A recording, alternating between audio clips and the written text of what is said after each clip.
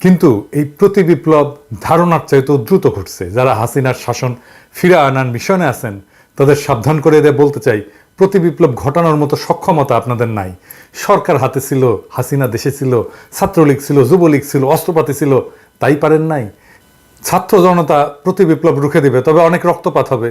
এই রক্তপাত যদি এড়াইতে চান তাইলে এই অপচেষ্টা বন্ধ করেন। গতকাল সকালে একটা জুডিশিয়াল কু করার চেষ্টা করা হয়েছিল, সেই প্রচেষ্টা ছাত্র জনতা ঠেকাই দিছে। কিন্তু এই প্রতি বিপ্লব ধারণার চাইতেও দ্রুত ঘটছে। যারা হাসিনার শাসন ফিরে আনার মিশনে আছেন তাদের সাবধান করে দিয়ে বলতে চাই, প্রতি বিপ্লব ঘটানোর মতো সক্ষমতা আপনাদের নাই। সরকার হাতে ছিল, হাসিনা দেশে ছিল, ছাত্রলীগ ছিল, যুবলীগ ছিল, অস্ত্রপাতি ছিল, তাই পারেন নাই। ছাত্র জনতা প্রতি বিপ্লব রুখে দিবে, তবে অনেক রক্তপাত হবে। এই রক্তপাত যদি এড়াইতে চান তাইলে এই অপচেষ্টা বন্ধ করেন। আমি আগের এপিসোডে বলছি যে এই বিপ্লবের স্টেক হোল্ডারদের কথা শুনতেছে না সরকার যারা গঠন করছে। আপনারা মনে করছেন আপনারাই একমাত্র বেশি বুঝেন, আর কেউ বুঝে না। এই আত্মম্ভরিতায় আজকের আপনাদের জুডিশিয়াল কুয়ের মুখে দাঁড় করাইছিল। আমি জনগণকে আহ্বান জানাবো, ইন্ডিয়ার বসানো পতিত সরকারের রাষ্ট্রপতি এবং সেনা নেতৃত্বের কার্যকলাপের প্রতি কড়া নজর রাখেন। কোনো পাবলিক হিয়ারিং প্রকাশ্য জনগণের মধ্যে যাচাই বাছাই ছাড়া বিপ্লবের অংশীজন, সমর্থক এবং অংশগ্রহণকারী রাজনৈতিক দলসমূহ যারা অন্তর্বর্তীকালীন সরকারের রাজনৈতিক বৈধতা এবং ন্যায্যতা সরবরাহ করছেন তাদের সকলের সাথে পরামর্শ করে আপিল বিভাগের নতুন বিচারপতিদের নিয়োগ করেন। এর অন্যথা করলে বৈধতার সংকটে পড়বেন এবং গণ অভ্যুত্থানের মিত্র পক্ষসমূহের মধ্যে বিভক্তির দায়ে অভিযুক্ত হবেন। ইন্ডিয়ার বসানো পতিত সরকারের রাষ্ট্রপতি এবং সেনা নেতৃত্বের বশ্যতা স্বীকার করে অন্তর্বর্তীকালীন সরকারের পরিচালনার পথে যারা ডক্টর মোহাম্মদ ইউনূসকে ঠেলে দিচ্ছেন তাদেরকে কোণঠাসা করে ফেলেন। আশা করি বিচার বিভাগ নিয়ন্ত্রণকারী দস্যুদের আজকের কুপ্রচেষ্টা ব্যর্থ হওয়ার পর আপনাদের হুঁশ ফিরবে, সজাগ এবং সচেতন হবেন। যারা রাস্তায় আছেন, গণ অভ্যুত্থানকারী সংস্থার কেন্দ্রে যারা নীতি নির্ধারণ, কৌশল প্রণয়ন এবং সমন্বয় করতেছেন তাদের বলবো, আপাতত বিজয়ের আনন্দে আত্মহারা না হইয়া দ্রুত রাষ্ট্র পরিচালনার গুরুত্বপূর্ণ চ্যালেঞ্জ সমূহ চিহ্নিত করে তা মোকাবেলার কাজে মনোযোগী হন। প্রতি বিপ্লব ঠেকানোই এখনকার প্রথম কাজ। আমি আগের ভিডিওতে বলছি দেশে এখন কোনো বিরোধী দল নাই, সুতরাং আমরা যারা বাংলাদেশের দ্বিতীয় স্বাধীনতা সংগ্রামে ভূমিকা রাখছি তারাই বিরোধী দলের কাজটা করব। এটা আমরা করব কয়েকটা জরুরি কারণে। কি কি কারণে? প্রথমত, এই সরকার একটা অত্যন্ত ক্রিটিক্যাল সময় দেশের শাসনভার গ্রহণ করছে। এই সরকারের সাফল্যের উপর নির্ভর করতেছে আমরা আমাদের বিজয় ধরে রাখতে পারবো কি পারবো না, নাকি আমাদের দ্বিতীয়বারের স্বাধীনতা ব্যাহত হয়ে যাবে। সুতরাং এই সরকারকে গঠনমূলকভাবে সমালোচনা করা, সহায়তা করা আমাদের কর্তব্য।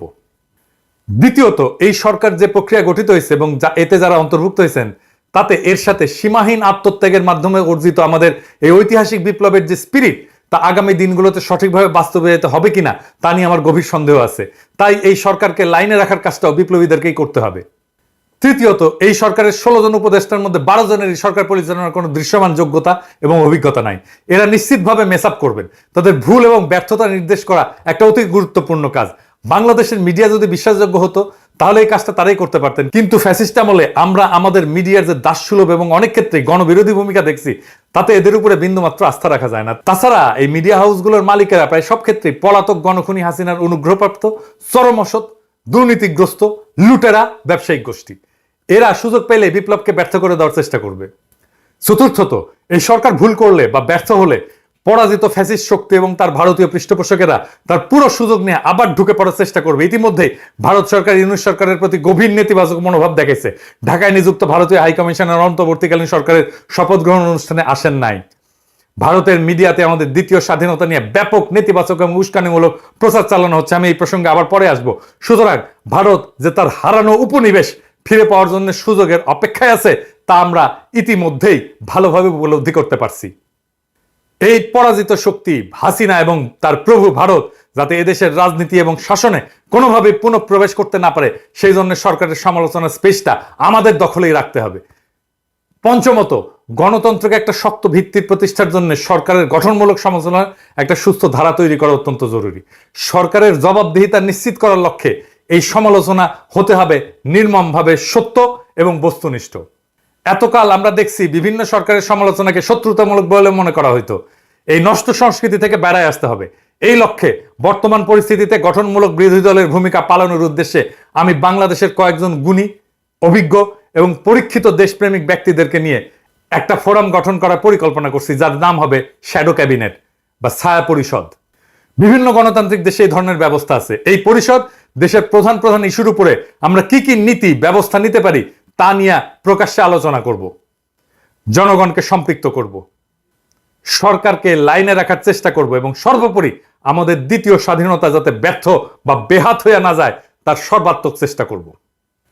একই সাথে আমরা দেশের এবং জাতির বিরুদ্ধে আমাদের গণতান্ত্রিক অধিকার এবং সকল প্রকার মানবাধিকার এবং আমাদের স্বাধীনতা, সার্বভৌমত্ব এবং আঞ্চলিক অখণ্ডতা এবং জাতীয় মর্যাদার বিরুদ্ধে যে কোনো কনস্পিরেসি, যে কোনো ষড়যন্ত্রের বিরুদ্ধে জনগণকে অবহিত রাখবো, যাতে তারা এই সমস্ত অশুভ চক্রান্ত ব্যর্থ করে দিতে পারেন। আমি আশা করব প্রফেসর ইউনূস আমাদের এই ভূমিকা ইতিবাচকভাবে এবং গুরুত্বের সাথে গ্রহণ করবেন।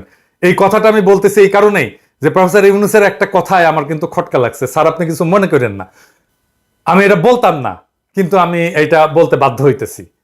আপনি বলছেন যে এখন থেকে আপনার কথা শুনতে হবে।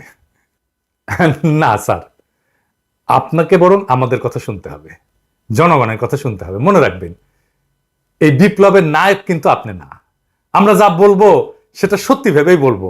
আপনি প্রথমে এয়ারপোর্টে এই কথা বলছেন, কিন্তু আমার কথা শুনতে হবে, এটা স্বৈরাচারের কণ্ঠস্বর স্যার।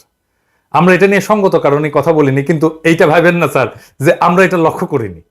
আমরা লক্ষ্য করছি এবং নোট রাখছি। এই বিপ্লবের ফসল যাতে লুট হইয়া না যায়, আমাদের দ্বিতীয় স্বাধীনতা যেন আবার বিদেশিদের পায়ে বিসর্জিত না হয়, তার জন্য আমরা আমাদের জবান খোলা রাখবো। দেশ কিন্তু গ্রামীণ ব্যাংক না স্যার, আর আপনি কিন্তু দেশের এমডি না স্যার। হ্যাঁ, যাই হোক, আপনাকে এবং আপনার সরকারকে আমাদের কথা শুনতেই হবে।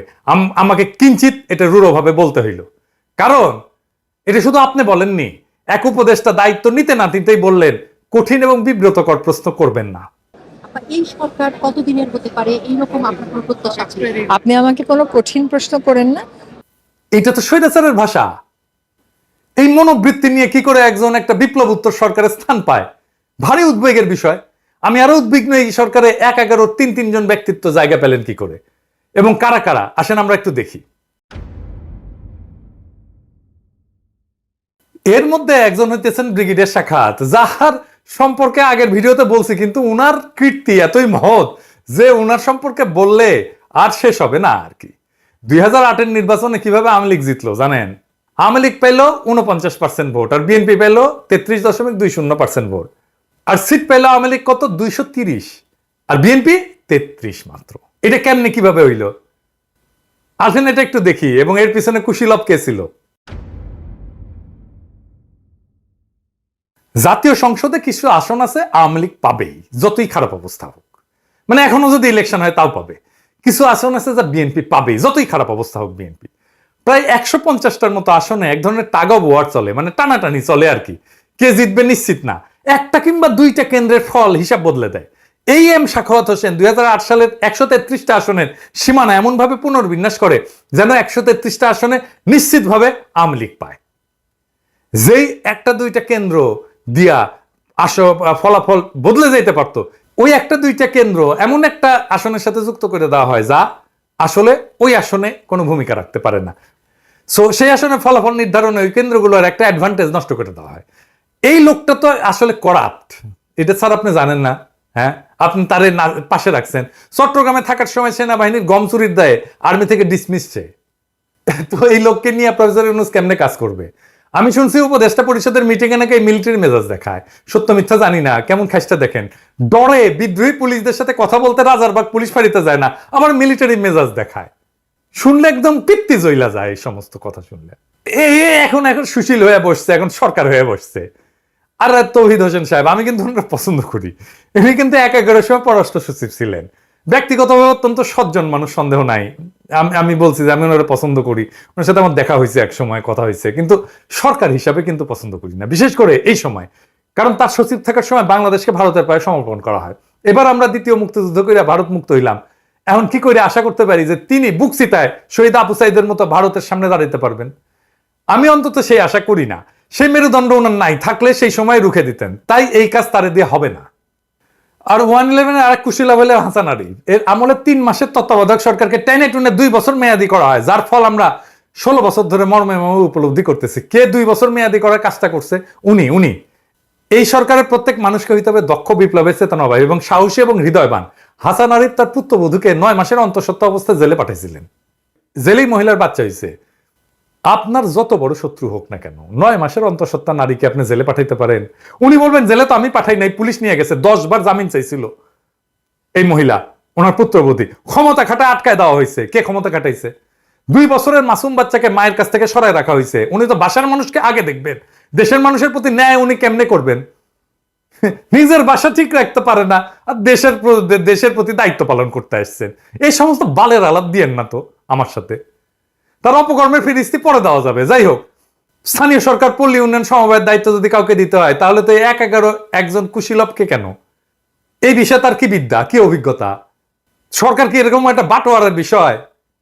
এবার আর কয়েকটা প্রশ্ন রাখি। 15 বছর স্বৈরাচারের কইলা বৈশা সকল সুযোগ সুবিধা ভোগ করছে জাতীয় পার্টি।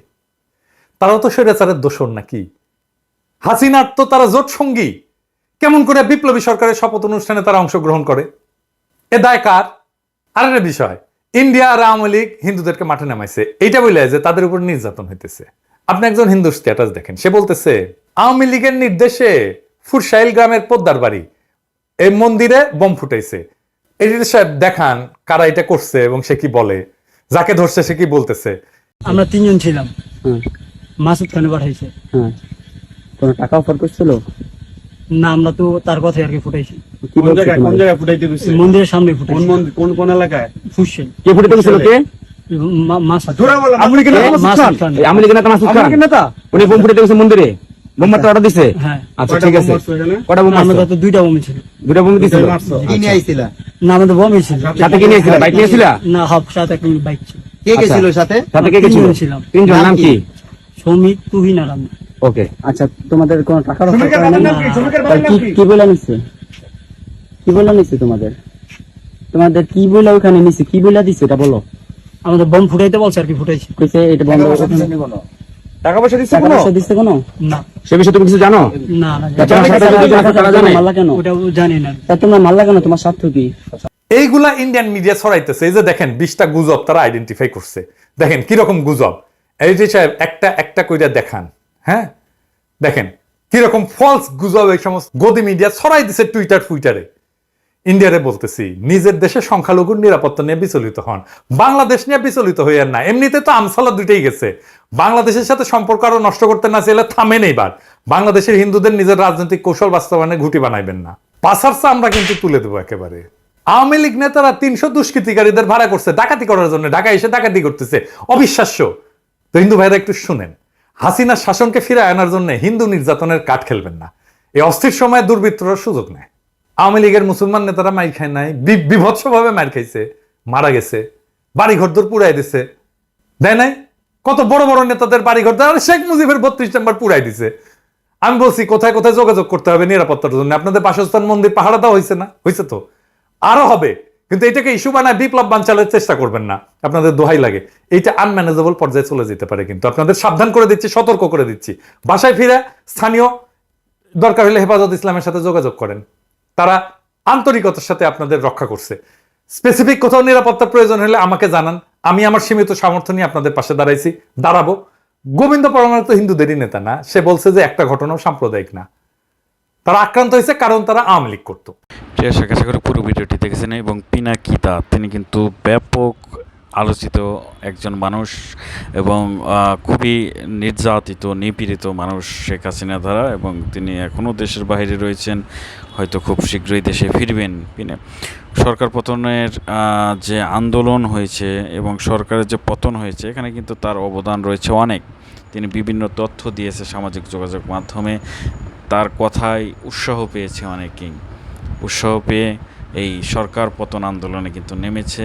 সে পিনাকিদা আসলে তিনি বিভিন্নভাবে আলোচনা করলেন যে এই সরকারকে নামানোর জন্য, ডক্টর মোহাম্মদ ইউনূসকে নামানোর জন্য অনেক ফাঁদ পাতা হচ্ছে, অনেক ষড়যন্ত্র করা হচ্ছে, এবং কি সমস্যা রয়েছে, কিভাবে সমাধান করা যাবে, বিভিন্ন ধরনের আলোচনা করলেন পিনাকি দাদা। সবাই ভালো থাকবেন, সুস্থ থাকবেন। ভিডিওটি শেষ করছি। আসসালামু আলাইকুম।